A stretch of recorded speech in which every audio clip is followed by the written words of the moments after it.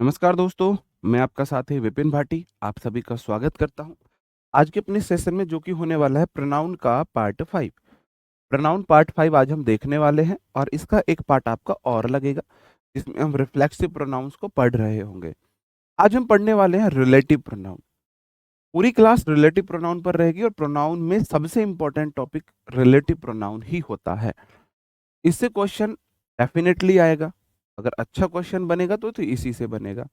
बहुत आराम से, प्यार से, तसल्ली से हम पढ़ेंगे। कल की मैं कुछ चीज़ों को आपके लिए रिपीट कर देता हूँ। कल मैं वंश वाला केस आपको पढ़ा रहा था।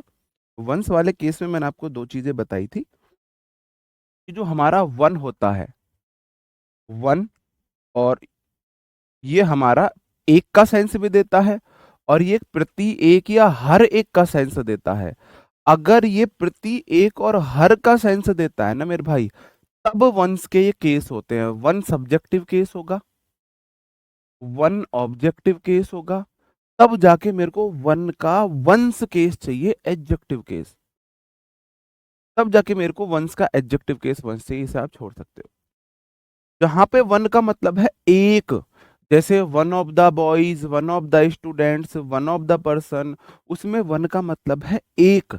गिनती को वो दिखा रहा है, वो काउंटिंग को दिखा रहा है। यहाँ पे ये सबके लिए बोल रहा है। और जब सबके लिए बोलता है, जब ये काउंटिंग दिखाता है, तो मेरे भाई ये ही वाले केस लेता है। और जब ये प्रत्येक हर एक के लिए बोलता है, तो ये खुद के केस लेता है, खुद के केस लेता है। जैसे कि वन शुड ओबे डैश टीचर्स, यहाँ पे वन का मतलब एक है।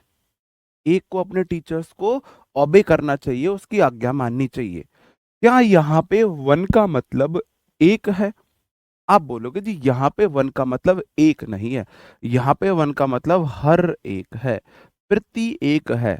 हर एक को, प्रति एक को माननी चाहिए, अपने टीचर्स को ओबे करना चाहिए। अगर वन का मतलब हर एक है, प्रति एक है, तो वंस आएगा, वंस टीचर्स। तो मेरे भाई यहाँ पे आएगा वंस टीचर्स।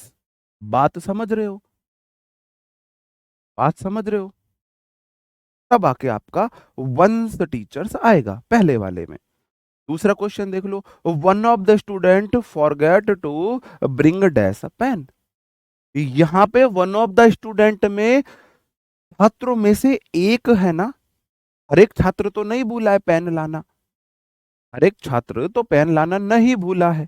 आप ये बात मानोगे? आप बोलोगे जी हाँ, वन का मतलब है वन ऑफ के बाद स्टूडेंट्स आएगा।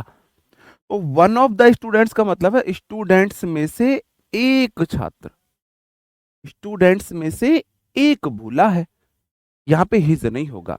अगर अकेला वन आएगा तो वंस लेगा। ठीक है, अकेला वन आएगा, इसलिए मैंने बोला था वन मेरा यहाँ पे सब्जेक्ट है, ये वर्ब आ गई डायरेक्ट। अगर सब्जेक्ट के बाद प्रेपो ऑब्जेक्ट है तो समझ जाओ वो आपका प्रत्येक की बात नहीं कर रहा है। वन ऑफ द स्टूडेंट्स का मतलब है हर एक स्टूडेंट या स्टूडेंट्स में से कोई एक, स्टूडेंट्स में से एक। और जब भी ये एक का सेंस देगा, एक का सेंस देगा, तो ये ही के केस लेगा, हिज बुक आएगा। वंस बुक या हिज बुक में आपको सिखा रहा था। तो one of the students forgot, देखो V2 है ये, टू के बाद ब्रिंग V1, यहां पे हिज पेन आएगा, हिज पेन। क्योंकि यहाँ पे वन का जो मतलब है ना, वो एक से है, एक से है। मैंने कल भी आपको ये बात बताई थी, अगर वन अकेला आता है, अगर वन अकेला सब्जेक्ट बनता है, तो वो वन अपना वंस केस लेगा, आपको कहीं और से नहीं पूछेगा, आपको क्वेश्चन वंस से ही पूछेगा। यहाँ पे one of the student counting को बता रहा है, काउंटिंग को बता रहा है, स्टूडेंट्स में से एक। अगर ये एक का सेंस देगा, एक की बात करेगा, तो ये हिज वाला केस लेगा, हिज। फिर ये हिज लेगा, फिर ये हिज लेगा। ठीक है जी, बात को समझे। अगला क्वेश्चन है, माई टीचर सेड, मेरे टीचर ने कहा। My teacher subject, said verb, conjunction, sorry clause one होगी, दैट कंजंक्शन है। One subject, should love verb है, सब्जेक्ट वर्ब। यहाँ पे वन एक को डैश मदरलैंड, एक को मदरलैंड से प्यार करना चाहिए। एक को मदरलैंड से प्यार करना चाहिए। क्या एक को करना चाहिए, हर एक को अपनी मदरलैंड से प्यार करना चाहिए? एक को उसकी मदरलैंड से या हर एक को अपनी मदरलैंड से? आप बोलोगे जी यहाँ पे वन का मीनिंग हर एक से है। वन शुड लव, यहाँ पे हिज या वंस में से क्या आएगा, बताओ क्या आएगा? आप बोलोगे जी यहाँ पे वन जो है ना, वो हर एक के लिए बोल रहा है। तो मेरे टीचर ने बोला था, तो मेरे टीचर ने बोला है कि हर एक को उसकी मदरलैंड से प्यार करना चाहिए, तो यहाँ पे वंस आएगा। Ones motherland. आगे मदरलैंड नाउन है तो वंस चाहिए, आगे पेन नाउन है तो आपको एडजेक्टिव केस चाहिए, टीचर नाउन है एडजेक्टिव केस चाहिए। एडजेक्टिव केस हिज भी आ सकता है, वंस भी आ सकता है। हिज भी आ सकता है, वंस भी आ सकता है। हिज आएगा जब वन एक के लिए बोलेगा, वंस आएगा जब वन हर एक की बात करेगा, हर एक की बात करेगा। बात समझ में आई? हाँ बिल्कुल। ऑफ के बाद तो सब ऑब्जेक्ट आता है, बिल्कुल ऑफ के बाद ऑब्जेक्ट आता है। उस ऑब्जेक्ट्स में से कोई एक सब्जेक्ट बना है, एक सब्जेक्ट बना है। One subject of preposition the students, उसका ऑब्जेक्ट। ऑब्जेक्ट में से सब्जेक्ट तो सिर्फ एक है ना, गिनती एक आई ना, गिनती एक आई ना। ओके जी, अगला क्वेश्चन है। ये तो हो गया वन, और वंस कहाँ पे आता है? एक वन का केस होता है वंस प्लूरल। Once plural. अब मेरे को आपको ये बताना है, अगर कोई नाउन रिपीट हो रही है, नाउन को रिपीट होने से रोकता है, रिपीट होने से रोकता है। सिंगुलर, ऐसे लिखना, सिंगुलर नाउन रिपीट हो तो, रिपीट हो तो आप वन लगाएंगे, और अगर प्लूरल नाउन रिपीट हो तो,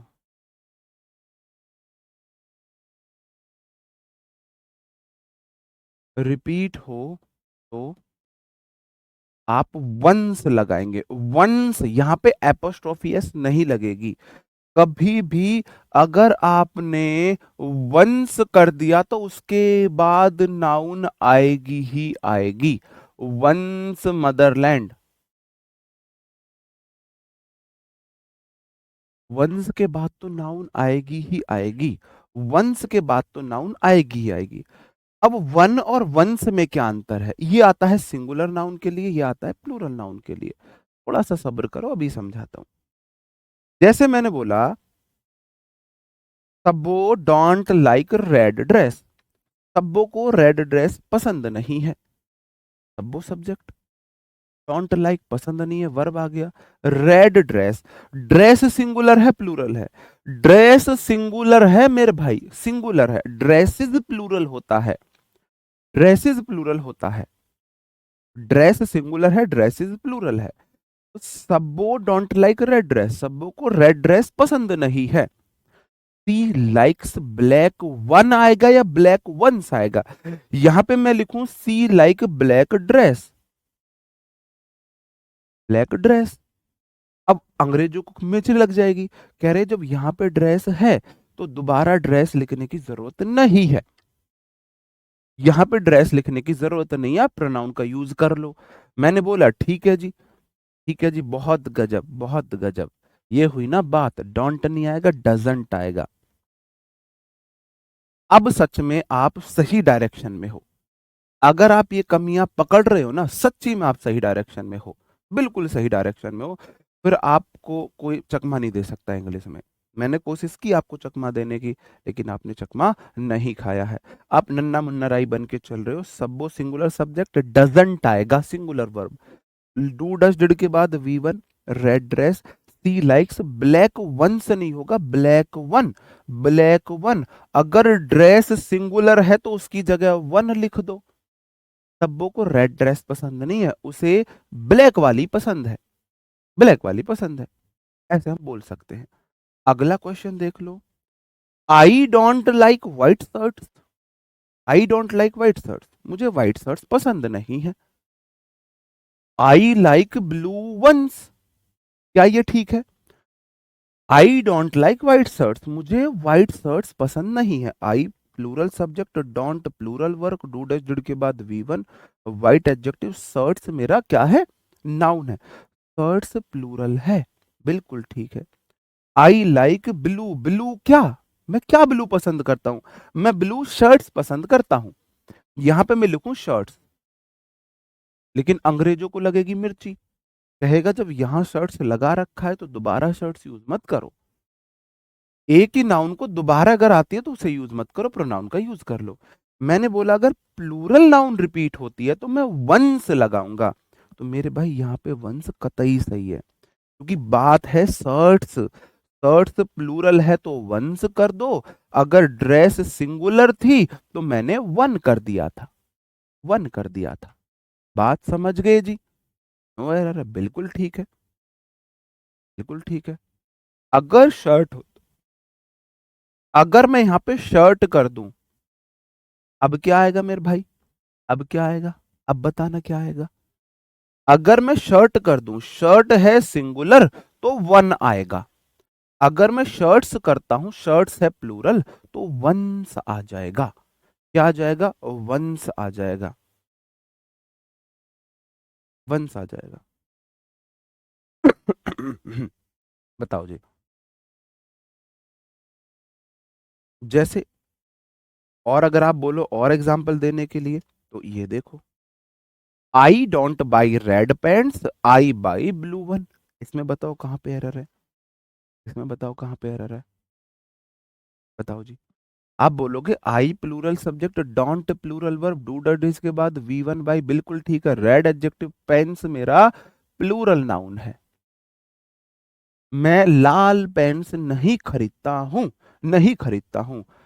आई मतलब मैं, बाई V1, आई के बाद V1 प्लूरल है, ब्लू एडजेक्टिव, और वन तो मेरे भाई सिंगुलर है, ये तो प्रोनाउन को रिपीट होने से रोक रहा है। अगर इधर इधर प्लूरल दे रखा है तो नाउन भी तो प्रोनाउन भी तो प्लूरल आएगी, तो यहाँ पे आप करोगे वंस। क्यों आया है, प्लूरल नाउन के रिपीटेशन को वंस रोकेगा, सिंगुलर नाउन के रिपीटेशन को क्या रोकेगा, वन रोकेगा। ठीक है जी, बात ठीक है, बात समझ गए, ठीक है। अब वन वंस का कलेश खत्म है, कहाँ पे वंस टीचर आएगा, वंस मदरलैंड आएगा, कहाँ पे हिज आएगा, वन के लिए कहाँ पे हिज आएगा, ये कहाँ पे आपको वन लगाना है, कहाँ पे वंस वाला लगाना है, कहाँ पे वंस वाला लगाना है, ठीक है। बात समझे मेरे भाई? एग्जामिनर कई बार ऐसा भी दे सकता है कि वो यहाँ पे ना वंस कर दे, इस तरीके से कर दे, वो भी गलत होगा, क्योंकि वंस के बाद तो नाउन आनी जरूरी है, ones motherland, ones parents, ones parents, इस वाले वंस के बाद तो नाउन चाहिए, ये वाला वंस नहीं चाहिए हमें, हमें ये वाला वंस ही चाहिए, है ना। Blue pens, blue ones, blue pens, blue ones, नहीं अलग अलग होते, मैंने बोला था। वंस मतलब उसकी, वन एपोस्ट्रोफी एस ना अधिकार को दिखाता है, पोजेशन को दिखाता है, मालिकाना हक। माई पेन, माई मेरा pen, pen, my T shirt, your pen, your T shirt, his pen, his teacher, T shirt, ऐसे ही वंस पेन, जैसे माई पेन है, माई के बाद पेन आएगा, ऐसी वन एपोस्ट्रोफियस के बाद, वन एपोस्ट्रोफियस के बाद पेन आना जरूरी है, पेन आना जरूरी है, वो एडजेक्टिव केस है। एडजेक्टिव केस की एक ही तो शर्त है, माई बोलता है मेरे को नाउन दे दो, ऐसे ही वन बोलता है मेरे को नाउन दे दो, मेरे को नाउन दे दो, बस। ठीक है जी, ओके। अब हम आ जाते हैं मेरे भाई रिलेटिव प्रोनाउन पर। रिलेटिव प्रोनाउन आपका बहुत मजेदार का कंसेप्ट है, बहुत मजेदार का कंसेप्ट है। थोड़ी सी देर के लिए ना दीन दुनिया को छोड़ देना, थोड़ी सी देर के लिए दीन दुनिया को छोड़ के पूरी तरह यहीं पे फोकस हो जाना, है ना। थोड़ी सी देर के लिए यहीं पे फोकस हो जाना, क्योंकि आज की क्लास में आपको ज्यादा एक्टिव रहने की जरूरत है। रिलेटिव प्रोनाउन जो होते हैं मेरे भाई, वो होते हैं, हुज होते हैं, होम होते हैं, विच होते हैं, दैट होते हैं। एक दो तीन चार पांच, ये हमारे रिलेटिव प्रोनाउन होते हैं, और इनमें से हु और whom आपका इंटेरोगेटिव प्रोनाउन भी होते हैं, वो भी मैं भी आपको बताऊंगा, विच भी होते हैं इंटेरोगेटिव प्रोनाउन, है ना, वो मैं भी आपको बताऊंगा, ठीक है। नहीं, शर्ट्स हो सकता है, हो सकता है। V2 V3 ऑलवेज उसका वो वर्ब के अकॉर्डिंग आती है, सिंगुलर प्लूरल दोनों होती हैं। तो ये कंजंक्शन का फंक्शन भी करते हैं। कंजंक्शन का फंक्शन कैसे करते हैं भाई, देखो अभी देखना। आई सब्जेक्ट है, लाइक वर्ब है, वो ऑब्जेक्ट है, सब्जेक्ट वर्ब क्लॉज 1, एंड इसका मतलब कंजंक्शन है। टी सब्जेक्ट है, लाइक्स वर्ब है, मी ऑब्जेक्ट हो गया, क्लॉज 2। दो क्लॉज है, दो क्लॉज किससे जुड़ते हैं, दो क्लॉज किससे जुड़ते हैं, तो दो क्लॉज जुड़ते हैं किससे मेरे भाई दो क्लॉज किससे जुड़ते हैं, दो क्लॉज आपके जुड़ते हैं कंजंक्शन से। नहीं, हिज हर नहीं करेंगे, वही तो मैं समझाने की कोशिश करता हूं, कर रहा हूं, हिज हर कर दो। अब देखो सेंटेंस में आई का आई रहा, लाइक का लाइक रहा, सब्बो का सब्बो रहा, लाइक्स का लाइक्स रहा, मी का मी रहा। कंजंक्शन और प्रोनाउन, ये कंजंक्शन है, ये प्रोनाउन है। कंजंक्शन और प्रोनाउन की जगह हु ने ले ली, तो ये है रिलेटिव प्रोनाउन। अब रिलेटिव प्रोनाउन मतलब कंजंक्शन का भी फंक्शन करेगी, प्रोनाउन का भी फंक्शन करेगी। रिलेटिव यार कितनी बार तो मैंने बता दिया, कितनी बार तो मैंने बता दिया मेरे भाई। वंस के बाद वंस बताता है उसका अधिकार, माई पेन मेरा पेन, वंस पेन किसी जिसकी आप बात कर रहे हो उसके पेन, उसके पेन, उसके पेन, उसके पेन हो जाएगा। और ये जो खाली वन होता है ये हर एक का भी सेंस देता है और नाउन को रिपीट होने से भी रोकता है। ठीक है जी, हाँ जी। अब ये बात आप समझे कि इसने, देखो कंजंक्शन की जगह ली, प्रोनाउन की जगह ली, इसलिए इसको हम रिलेटिव प्रोनाउन बोलते हैं। ये किसी की ना किसी चीज को रिलेट करती है, किसी ना किसी चीज को रिलेट करती है। अब जैसे कि मैं और एक एग्जांपल दूं, आई ब्राउट अ डॉग, मैं एक कुत्ता लेकर आया, इट वॉज वेरी क्यूट, वह बहुत सुंदर था। I subject, brought verb, subject verb clause 1, I it subject, was verb clause 2। दो क्लॉज है कॉमा से जुड़ी है, दो क्लॉज है कॉमा से जुड़ी है। ठीक है जी। हिज वाला समझ नहीं आया, जब वन होगा ना, वन, वन एक के लिए बोलेगा तो ये हिज के केस लेगा, ही के केस लेगा, किसके केस लेगा, ही के केस लेगा। इतनी सी तो बात है। और जब वन का मीनिंग होगा हर एक, हर एक, तो ये अपने खुद के केस लेगा, तो ये वंस वाला केस लेगा। इतनी सी तो बात है यार, इतनी सी तो बात है, खुद के केस लेगा, वो खुद के केस लेगा। अब जैसे मैंने बोला आई ब्राउट अ डॉग, मैं एक कुत्ता लेके आया, ब्रिंग ब्राउट, ब्राउट होता है ब्रिंग मतलब लाना, ब्रिंग की सेकंड फॉर्म ब्राउट होती है। तो मैंने आई को आई लिखा, ब्राउट को ब्राउट लिखा, आ को आ लिखा, डॉग को डॉग लिखा, वॉज को वॉज लिखा, वेरी को वेरी लिखा, क्यूट को क्यूट लिखा।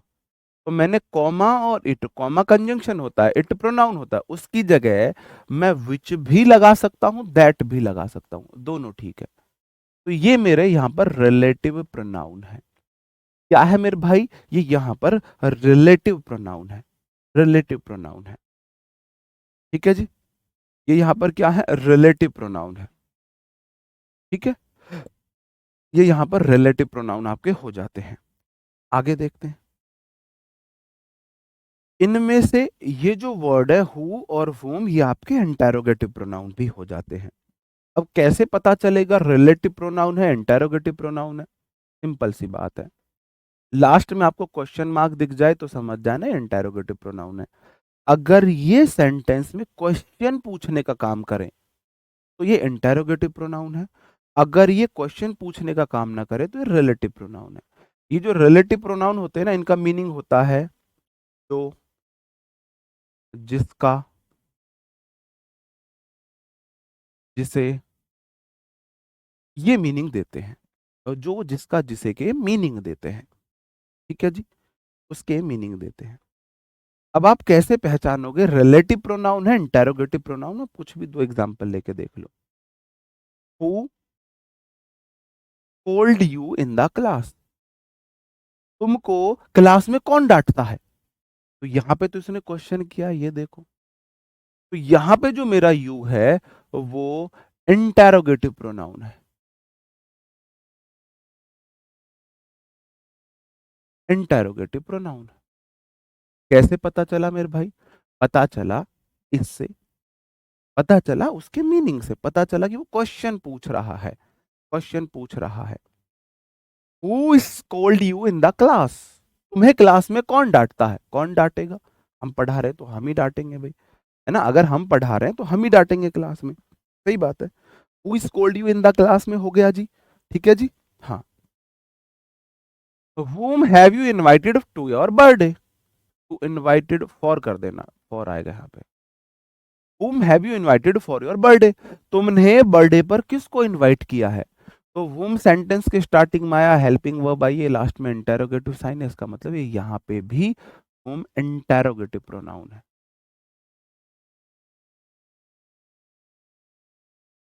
Interrogative pronoun. ये सिर्फ ना ये ज्ञान देने के लिए है, इससे आपको कोई क्वेश्चन वोश्चन नहीं मिलेगा।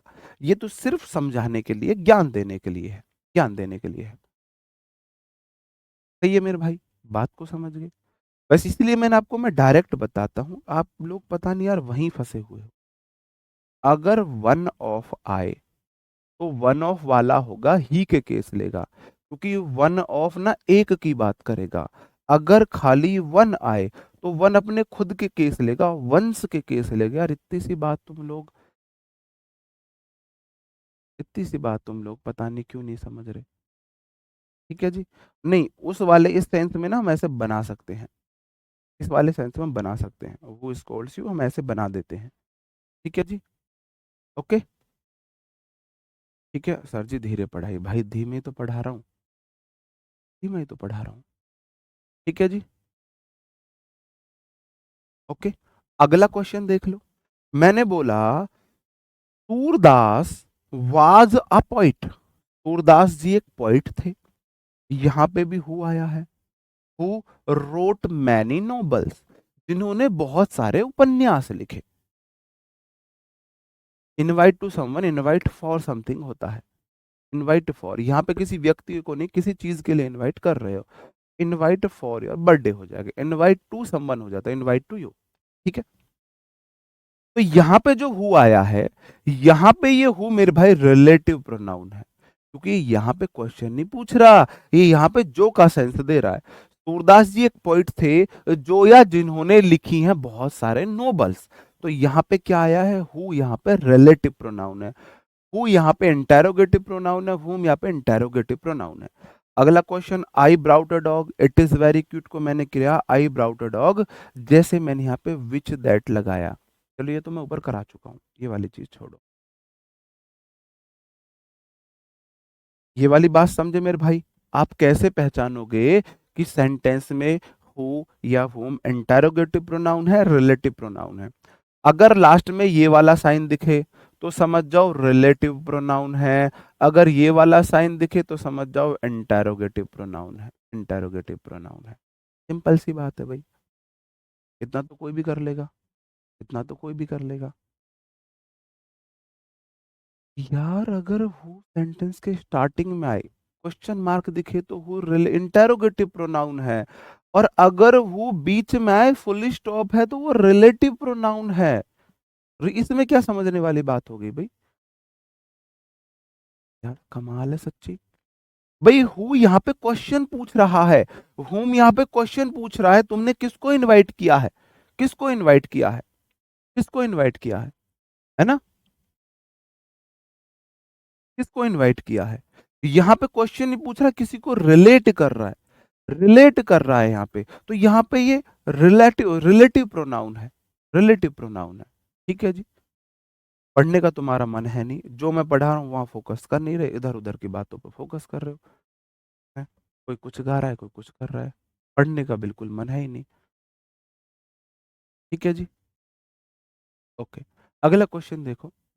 जो हु होता है ना, वो रिलेट करता है, जोड़ता है किसी पर्सन के लिए। ह्यूमन बीइंग भी नहीं लिख रहा मैं, सिंपली तुम्हारे लिए पर्सन लिख रहा हूं। पर्सन तो जानते हो पर्सन कौन होता है? पर्सन समझते हो कौन होता है? कौन होता है पर्सन? आदमी हो पर्सन, व्यक्ति हो पर्सन, किसी व्यक्ति को जोड़ता है, किसी व्यक्ति को जोड़ता है।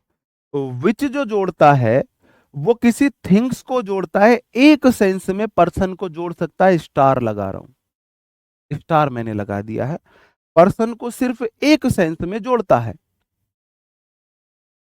एक सेंस में जोड़ता है, सिर्फ एक सेंस में जोड़ता है। ठीक है। और जो दैट है ना, ये आलू है, दैट मेरा आलू है। आलू से मेरा क्या मतलब है? दैट हमारा आलू होता है। ये पर्सन्स को भी जोड़ेगा, थिंग्स को भी जोड़ेगा, एनिमल बर्ड्स को भी जोड़ेगा, विच ना, थिंग्स के साथ साथ एनिमल बर्ड्स भी लिख लेना, एनिमल्स बर्ड्स। ये पर्सन्स के साथ आ सकता है, थिंग्स के साथ आ सकता है, एनिमल्स के साथ आ सकता है, एनिमल्स के साथ आ सकता है, बर्ड्स के साथ आ सकता है, बर्ड्स के साथ भी आ सकता है। ठीक है जी। ये देखो, whom ऑब्जेक्ट होता है, ये देखो भाई, तुम ना भाई थोड़ा इसे चला देना। आज इनका पढ़ने का मन ही नहीं है, पता नहीं, मुझे लग ही नहीं रहे तुम सीरियस हो। मैं कुछ और करा रहा हूँ, क्वेश्चन कुछ और पूछोगे, फिर मैं कमेंट पढ़ने बंद कर दूंगा। मतलब तुमको कलम से आगे भागने की ज्यादा जल्दी है क्या भाई? जो अभी पढ़ा रहा हूँ वही पढ़ लो, वही पढ़ लो, है ना? आगे क्यों भागते हो? दैट मतलब आलू है। आलू गोभी बनाओ, भिंडी बनाओ, मटर बनाओ, टमाटर बनाओ, बैंगन बनाओ, आलू कचौड़ी बनाओ, पूड़ी बनाओ, पकौड़ी बनाओ, चटनी बनाओ, रायता बनाओ, चिली पटेटो बनाओ, आलू का कुछ भी बनाओ, आलू की मिठाई बना लो, आलू साग बना लो, है ना? आलू गाजर मूली पालक कुछ भी बना लो। ठीक है जी। आलू सबके साथ आ जाता है। दिक्कत है हु और विच में। हु सिर्फ पर्सन्स के साथ आ सकता है, हु पर्सन्स के लिए आता है, कभी भी थिंग्स के लिए नहीं आ सकता, कभी भी थिंग्स के लिए, थिंग्स के लिए नहीं आ सकता। रिलेटिव प्रोनाउन सबसे मुश्किल माना जाता है प्रोनाउन में, है ना? भाई मैं तो पढ़ ही नहीं रहा कमेंट, कमेंट तो मैं पढ़ ही नहीं रहा, मैं नाम तो ले ही नहीं रहा इसीलिए भी। लेकिन कमेंट सामने दिखते हैं तो फिर अच्छा नहीं लगता टीचर को, कि टीचर बहुत मन से पढ़ाने आया है, डेडिकेशन के साथ, और सामने जो स्टूडेंट्स बैठे हैं ना, उनका पढ़ने का मन ही नहीं है, वो सीरियस नहीं दिख रहे हैं, तो टीचर ना परेशान हो जाता है, टीचर ना कहीं डिमोटिवेट हो जाता है। वो चाहता है जितना मैं सीरियस रहूं उतने ही मेरे स्टूडेंट्स भी सीरियस रहे, बस इतना चाहता है टीचर, कि अगर मैं सीरियस हूं पढ़ाने के लिए तो मेरे स्टूडेंट्स भी सीरियस हो, तब आता है पढ़ने में मजा। लेकिन मैं अगर पढ़ा रहा हूँ मन से, और तुम लोग इधर उधर के कमेंट करते हो, तो कहीं अंदर फीलिंग आती है कि यार यही नहीं पढ़ना चाह रहे, फिर क्यों पढ़ा रहा है इन्हें। ठीक है जी। ओके। दैट सबके लिए, वो पर्सन के लिए, विच एक केस में पर्सन के लिए आ सकता है, वरना थिंग्स के लिए आता है, वरना थिंग्स के लिए आता है। अभी आप इस केस को इग्नोर करोगे, स्टार में इसलिए लगाता हूं कि इसको, ये डिस्क्लेमर है, इसको मैं अलग से बाद में बताऊंगा, इसको मैं अलग से बाद में बताऊंगा। पर्सन्स वाला केस अभी आप अपने माइंड से इग्नोर कर दो। अभी सिर्फ आप इतना करो, विच जो आता है थिंग्स के लिए आता है, विच थिंग्स के लिए आता है। अब आपको बताना है, अब आपको गलतियां देखनी है। एक एग्जाम्पल मैं आपको दूंगा, एक एग्जाम्पल मैं आपको दूंगा, और बाकी के आप मुझे करके बताएंगे। मैंने बोला द टीचर मेरा सब्जेक्ट है, हेल्प्ड मेरी वर्ब है, V2 है, द स्टूडेंट उसका ऑब्जेक्ट है, विच यहां पर रिलेटिव प्रोनाउन है। रिलेटिव प्रोनाउन ये अपने एंटीसीडेंट या प्रेसिडेंट को जोड़ते हैं। एंटीसीडेंट हो जाता है उससे पूर्व, एंटीसीडेंट का मतलब है उससे पहले जो चीज आई है, उससे पहले जो आई है। रिलेटिव प्रोनाउन से पहले वाली नाउन स्टूडेंट है। क्या स्टूडेंट कोई मशीन होती है? क्या स्टूडेंट कोई थिंग होती है? रिलेटिव मतलब रिलेट करेगा पहली वाली नाउन प्रोनाउन को, पहले वाली नाउन प्रोनाउन को रिलेट करेगा। तो मेरे भाई जो विच है रिलेटिव प्रोनाउन, ये तो थिंग्स को जोड़ता है। स्टूडेंट तो मेरे भाई पर्सन है कोई, क्या इसके साथ विच आ सकता है? क्या इसके साथ विच आ सकता है? विच नहीं आ सकता। आपको यहाँ पे हु लगाना पड़ेगा, समझे मेरी बात को? हु आएगा किसी पर्सन के लिए, विच आएगा किसी थिंग्स के लिए, और दैट आएगा सब के लिए। या तो यहां पे हु लगाओ या फिर यहां पे दैट अगर होता तो गलत नहीं होता। कहीं भी लगा हुआ दैट क्या गलत हो सकता है? कहीं भी लगा हुआ दैट गलत हो सकता है? बताओ जी। दैट अगर कहीं पे भी लगा है गलत हो सकता है? दैट तो कहीं भी आ सकता है, तो दैट तो कभी गलत हो ही नहीं सकता, नहीं हो सकता। अगला क्वेश्चन है, I plural subject, have plural verb, a के बाद नाउन सिंगुलर काउ। काउ एक एनिमल है। हुम यहाँ पे हु का केस है, हुम यहाँ पे हु का केस है। क्या एनिमल के साथ हु या उसका कोई केस आ सकता है? अब यहाँ पे हु हुम मैं बाद में आपको बताऊंगा, ठीक है? कहाँ पे हु आएगा, कहाँ पे हुम आएगा, बस आप मुझे ये बता दो, क्या एनिमल के साथ हु या हुम आ सकता है? आप बोलोगे जी नहीं आ सकता। क्या आएगा? आप बोलोगे जी या तो विच लगाओ या दैट लगाओ, या तो विच लगाओ या दैट लगाओ, या तो विच लगाओ या दैट लगाओ। क्योंकि अभी मैंने बताया हु आता है किसी पर्सन के लिए, गाय कोई पर्सन नहीं है। बाकी के लिए या तो विच लगाओ या दैट लगाओ, या विच लगाओ या दैट लगाओ, दोनों सही है।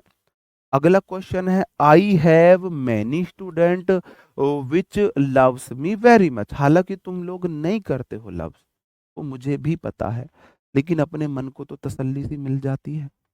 क्योंकि अगर आप लोग करते ना लव, तो आप लोग फोकस होके पढ़ते, आप लोग फोकस होके पढ़ते, आप लोग फोकस होके पढ़ते। मेरे भाई ये किसी प्रोनाउन को रिलेट करता है, ये सिंगुलर प्लूरल नहीं होगा, ये किसी नाउन को रिलेट करता है। ठीक है जी। अब आप बोलोगे जी आई प्लूरल सब्जेक्ट, आई के साथ है, बिल्कुल ठीक आया, हैव प्लूरल वर्ब। मैनी के बाद नाउन प्लूरल आती है, तो पहली बात तो स्टूडेंट नहीं आएगा, स्टूडेंट्स आता है, स्टूडेंट्स आता है। और स्टूडेंट्स तो कोई पर्सन होते हैं, पर्सन होते हैं। और पर्सन के लिए मैं विच का यूज नहीं कर सकता, मेरे को हु का यूज करना पड़ेगा। हु व्यक्ति, हु व्यक्ति के लिए, बाकी के लिए विच, बाकी के लिए विच, दैट सब के लिए। अब मैंने आपको याद करो वो लम्हे जब मैंने आपको सब्जेक्ट वर्ब एग्रीमेंट में पढ़ाया था मेरे भाई, कि रिलेटिव प्रोनाउन के बाद वर्ब उससे पहले की नाउन को डिपेंड करती है, क्योंकि ये रिलेट कर रही है स्टूडेंट्स को, ये रिलेट कर रही है स्टूडेंट को। तो स्टूडेंट अगर प्लूरल है तो मेरे भाई वर्ब प्लूरल आएगी, लव्स नहीं आएगा, लव आएगा। वो वाला नियम याद आया? लव वर्ब है, मी उसका ऑब्जेक्ट है, वेरी मच। बात समझे? अंकिता शर्मा, बहुत बहुत बढ़िया आंसर है जी आपका, गुड़िया बहुत बढ़िया आंसर है। I plural subject, have plural verb, many के बाद स्टूडेंट्स प्लूरल आता है, स्टूडेंट्स को रिलेट करेगा रिलेटिव प्रोनाउन, रिलेटिव प्रोनाउन के बाद वर्ब उससे पहली नाउन पर डिपेंड करती है, स्टूडेंट्स प्लूरल है तो वर्ब प्लूरल, लव आएगी, मी वेरी मच। तुम में से कौन है जो मुझे कोई नहीं करता? कमेंट तुम्हारे बता रहे हैं, तुम्हारी सीरियसनेस बता रही है, तुम नहीं करते हो। दिल तोड़ दिया तुमने आज मेरा। विश्वास करना, जो आपकी सफलता का खुशियां मनाएंगे, जश्न मनाएंगे और दिल से चाहेंगे आप सफल हो सकता है आपका भाई ना चाहे, हो सकता है आपकी बहन ना चाहे, हो सकता है पड़ोसी ना चाहे, रिश्तेदार ना चाहे, कोई ना चाहे। अगर बीवी से झगड़ा चल रहा है ना और तलाक की नौबत आ रही है, हो सकता है आपकी बीवी भी ना चाहे आप सफल हो। एक तो आपके पेरेंट्स, दुनिया के कोई भी माँ बाप ये नहीं चाह सकते उसका बेटा सफल ना हो। और एक आपका टीचर, दुनिया का कोई भी टीचर ये नहीं चाह सकता कि उसका स्टूडेंट सफल ना हो। आपके माँ बाप और आपके टीचर हमेशा ये चाहेंगे कि भाई वो सफल हो। तो जितनी खुशी आपको होती है सफल होने पे, उससे कहीं ज्यादा खुशी आपके माँ बाप को होती है, और उतनी ही खुशी आपके टीचर को होती है। हमको कहीं ना कहीं ऐसे लगता है कि ना कहीं मैं ही सफल हो गया, मैंने ही एग्जाम क्रैक कर दिया है, तो मैं बहुत लकी हूं कि मैं कॉम्पिटिटिव टीचर हूँ। एकेडमिक टीचर का पता नहीं चलता, बच्चा बहुत बाद में जाकर सफल होता है। कॉम्पिटिटिव टीचर में ये लगता है कि मैंने पढ़ाया, बच्चा सफल हो, मैं ही सफल हो गया, मैंने ही एग्जाम क्रैक कर दिया, मैंने ही एग्जाम क्रैक कर दिया। तो बस मैं यही चाहूंगा, बस तुम ना सफल हो बस। ओके। अब आप ये बात समझे, हु कहाँ पे आएगा, विच कहाँ पे आएगा। अगर ये बात आपको समझ में आई हो तो एक बार थम अप करेंगे। एक बार मैंने बोला हो सकता है आपके भाई बहन, रिश्तेदार, पड़ोसी, यार दोस्त ना चाहे, ऐसा नहीं, हमेशा नहीं चाहते। ठीक है। ओके। तो किस तरीके से एरर दे सकता है, गलत प्रोनाउन दे दी हो, गलत वर्ब दे दी हो। ठीक है जी, गलत वर्ब दे दी हो। ओके। ठीक है। तो आप, मेरे को आपका बहुत वेट रहेगा, बहुत वेट रहेगा कि कब आप लोग सक्सेस लेकर आओगे मिलने। आओगे नहीं आओगे, आओगे नहीं आओगे, बताओ जी। ठीक है। भाई सिंपल सी बात है, अगर रिलेट कर रहा है जिस नाउन को वो कोई पर्सन है तो हु के केस आएंगे, अगर नहीं कर रहा है, कोई थिंग है तो विच के केस आएंगे। हाँ। नहीं, जान हाजिर मत, जान लगा दो, किसके लिए, सिलेक्शन के लिए, जान लगा दो सिलेक्शन के लिए। अपने वहां की जो फेमस मिठाई हो ना, वो ले आना बेशक एक पीस, वरना अपनी मम्मी के हाथ के लड्डू ले आना। लेकिन बोलते सब है, करता कोई नहीं है। अब मैं आपको बताऊंगा हु कहां पे आएगा और विच कहां पे आएगा। भाई हु भी पर्सन के लिए आता है, सॉरी, और विच, होम भी पर्सन के लिए आता है, सॉरी। हु कहां पे आएगा और होम कहां पे आएगा, क्योंकि हु भी पर्सन के लिए आता है, होम भी पर्सन के लिए आता है। मैंने आपके सामने एक चीज लिख रहा हूं, आई, मी, माई, इनको आप सब जानते हो। आप बोलोगे जी आई सब्जेक्ट की जगह पे आता है, मी ऑब्जेक्ट की जगह पे आता है, और माई के बाद नाउन आती है।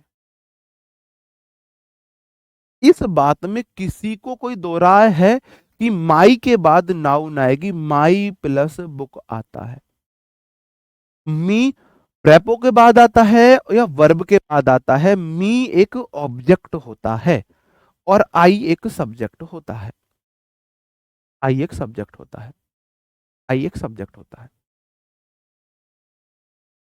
बिल्कुल सही बात है। हाँ। ओके। जितनी तुम मेहनत करोगे, तुमसे ज्यादा मेहनत मैं करूंगा, वरना इस बात को देख लेना। लेकिन रिजल्ट चाहिए बस, क्योंकि ना अल्टीमेटली लोग रिजल्ट को देखते हैं। हमने कितना अच्छा पढ़ाया, कोई मैटर नहीं करता। आप कितना अच्छा पढ़े, कोई मैटर नहीं करता। अगर रिजल्ट नहीं निकला ना तो सब बेकार है। मतलब नॉलेज अपनी जगह है, मेहनत कभी बेकार नहीं जाती, आपको नॉलेज मिलेगी। लेकिन समाज को चाहिए रिजल्ट, समाज को नॉलेज से, तुम्हारी नॉलेज से कोई लेना देना नहीं है।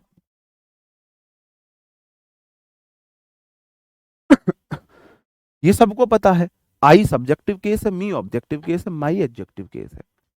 अगर मैं आई के नीचे हु लिख दूं तो इसका क्या मतलब है, सब्जेक्टिव केस मतलब सब्जेक्ट को चाहिए होती है वर्ब, इसको वर्ब चाहिए। मी ऑब्जेक्टिव केस मतलब इसको वर्ब नहीं चाहिए होती है। और माई एडजेक्टिव केस, माई को बुक चाहिए होती है, माई को बुक चाहिए होती है। ठीक है। आई सब्जेक्टिव केस होता है, सब्जेक्ट को वर्ब चाहिए होते हैं, जितने सब्जेक्ट उतनी वर्ब, जितने सब्जेक्ट उतनी वर्ब, जितने सब्जेक्ट उतनी वर्ब। मी ऑब्जेक्टिव केस होता है, या तो वर्ब के बाद आए या प्रोनाउन के बाद आता है, या फिर तीसरी शर्त है इसको वर्ब नहीं चाहिए होती है। और माई बोलता है मेरे बाद बुक ले आओ, बस मेरी एक शर्त है। हर किसी की शर्तें होती हैं, ये पूरी इंग्लिश शर्तों पे टिकी हुई है। अगर मैं आई के नीचे हु लिख रहा हूं, इसका मतलब आई सब्जेक्टिव केस है, हु भी सब्जेक्टिव केस है। आई को वर्ब चाहिए, हु को भी वर्ब चाहिए। अगर मैं मी के नीचे हुम लिख रहा हूं, इसका मतलब जैसे मी ऑब्जेक्टिव केस, हुम ऑब्जेक्टिव केस, जैसे मैं माई के नीचे हुज लिख दूं, अगर मैं हुज लिख दूं तो जैसे माई को नाउन चाहिए ऐसे ही हुज को नाउन चाहिए। कलेश खत्म, पैसा हजम। इसको वर्ब चाहिए, वर्ब चाहिए, इसको वर्ब नहीं चाहिए। और इसको मेरे भाई नाउन चाहिए। जैसे माई के बाद नाउन आती है, ऐसे ही हुज के बाद नाउन आती है, ऐसे ही नाउन आती है, ऐसे ही नाउन। सब्जेक्ट वर्ब में कोई टॉपिक नहीं छोड़ा, वो मैं अलग पढ़ाऊंगा। आप बोल रहे हो पुअर वाला, वो एडजेक्टिव में पढ़ाऊंगा, ऐसे थोड़ी ना छोड़ देंगे। जैसे कि अब आप मुझे बताएंगे पहले वाले क्वेश्चन में बाई हु आएगा या हुम आएगा, वॉज द रामायण रिटन। सबसे ज्यादा पूछा जाता है एग्जाम्पल, पूछा भी गया है ये, तो सबसे ज्यादा इसी को रखा जाता है, फेमस एग्जाम्पल है ये समझाने के लिए। बुक्स वगैरह में भी आपको यही मिलेगा, तो इसलिए मैंने आपको यही दे दिया। बाई के बाद हु आएगा या हुम आएगा, आप मुझे फटाक से बताएंगे, फटाफट। एक बार नहीं, 20 एग्जाम्पल है, ये सभी हु के केस है। ये वाले शॉर्ट डायरी में लिख लेना, ये वाली बात शॉर्ट डायरी में लिख लेना, ये वाली बात शॉर्ट डायरी में लिख लेना। ये एसटी है, ये एसटी है। ठीक है मेरे भाई। आप बोलोगे जी बाई एक प्रेपोजिशन है, क्या है? प्रेपो है, पापजी, प्रेपोजी, पापजी, प्रेपोजी है। क्या है ये? प्रेपोजी है। और प्रेपो को ऑब्जेक्ट चाहिए होता है, बाई मी होता है, बाई आई होता है, बाई आई होता है, बाई मी होता है। आप मुझे बताओ, बाई आई होता है या बाई मी होता है? जल्दी से बताओ। आप बोलोगे प्रेपो को ऑब्जेक्ट चाहिए, तो प्रेपो के बाद हु सब्जेक्ट नहीं आएगा, हुम ऑब्जेक्ट आएगा। आप मुझे बताएंगे विद हु आएगा या हुम आएगा या हुज आएगा? इस वाले दूसरे वाले सेंटेंस में आप मुझे बताएंगे, आप मुझे बताएंगे। बताओ जी क्या होगा? नहीं आ सकता। बाई प्रेपो है, प्रेपो के बाद प्रोनाउन का ऑब्जेक्टिव केस, और हु का ऑब्जेक्टिव केस हुम होता है, हु का ऑब्जेक्टिव केस हुम होता है। विद भी एक प्रेपोजिशन है, प्रेप जी है, ये तो पाप जी, प्रेप जी। विद तो प्रेप जी है, प्रेपो है। प्रेपो के बाद प्रोनाउन का ऑब्जेक्टिव केस। हुज बोलता है मेरे बाद नाउन होनी चाहिए, आगे तो बाद में वर्ब है, तो हुज तो नहीं आ सकता। हुज के बाद तो नाउन होनी चाहिए थी, हुज के बाद तो नाउन होनी चाहिए थी, ये तो नहीं आ सकता। हु सब्जेक्ट बनता है, ये हुम कर लेना, ये हुम कर लेना, मैंने दोनों हु ही लिख दिए, ये हुम कर लेना, हुम कर लेना। आप बोलोगे प्रेपो के बाद प्रोनाउन का ऑब्जेक्टिव केस आता है, जैसे आई का मी होता है, ऐसी हु का हुम होता है मेरे भाई, हुम होता है। अगला क्वेश्चन सेम एग्जाम्पल वही है, हु है, हुम है, हुज है, सेम ऑप्शन वही है, हु, हुम या हुज, क्या आएगा? बताओ। द पर्सन, व्यक्ति, dash to dash I am speaking is my teacher. व्यक्ति जिससे मैं बात कर रहा हूं मेरा टीचर है, मेरा टीचर है। आप बोलोगे जी टू एक प्रेपोजिशन है, प्रेपोजी है तो पाप जी है, प्रेपो है। प्रेपो के बाद प्रोनाउन का ऑब्जेक्टिव केस, तो हु नहीं आएगा, हुम आएगा। हुज के बाद तो नाउन होनी चाहिए थी, आई तो नाउन नहीं है, इसलिए हुज भी नहीं आ सकता। ठीक है जी। हाँ। प्रेपो उसका ऑब्जेक्ट, हेल्पिंग वर्ब, ये सब्जेक्ट यू के अकॉर्डिंग आई है, वर्ब यू के अकॉर्डिंग वर्ब आई है। यहां पे द रामायण सब्जेक्ट है, इसलिए वॉज आया था। अगला क्वेश्चन। अब देखो वो तो इजी थे, वो तो इजी थे, आपको इन दो में बताना है क्या आएगा। दोनों के कॉमन ऑप्शन है, कॉमन ऑप्शन है हु, होम, हुज और विच। चार ऑप्शन है आपके सामने। आपको बहुत ध्यान से, बहुत अकल से ऑप्शन नंबर 4 और ऑप्शन नंबर 5 में बताना है क्या आएगा। क्वेश्चन नंबर 4 और 5 में बहुत ध्यान से बताना है मेरे भाई। अकल का, अकल को क्या करना है मेरे भाई, पूरी अकल लगा देनी है, पूरी अकल लगा देनी है। देखो, पहली बात, सबसे पहली बात, द मैन एक व्यक्ति होता है, व्यक्ति को रिलेट करने के लिए विच नहीं आएगा, विच नहीं आएगा, विच का कलेश खत्म। आगे वॉज वर्ब है और आई प्रोनाउन है, तो हुज भी नहीं आएगा क्योंकि इसको बाद में नाउन चाहिए, इसका भी कलेश खत्म।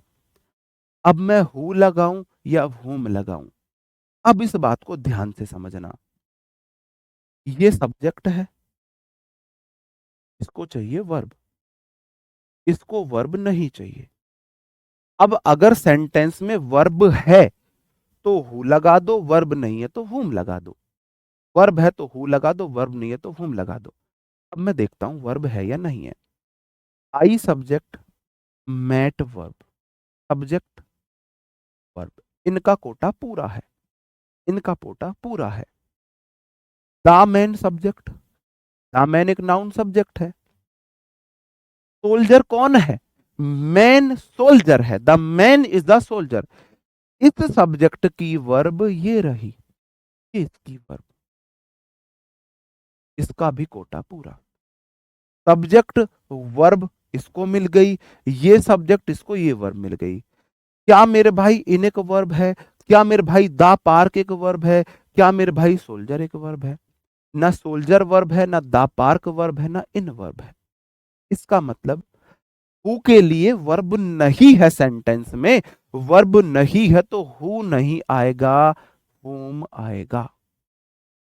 द मैन आदमी, whom I met जिससे मैं मिला, इन द पार्क पार्क में, इज अ सोल्जर एक फौजी है मेरे भाई, सैनिक है, फौजी भाई है, सैनिक भाई है।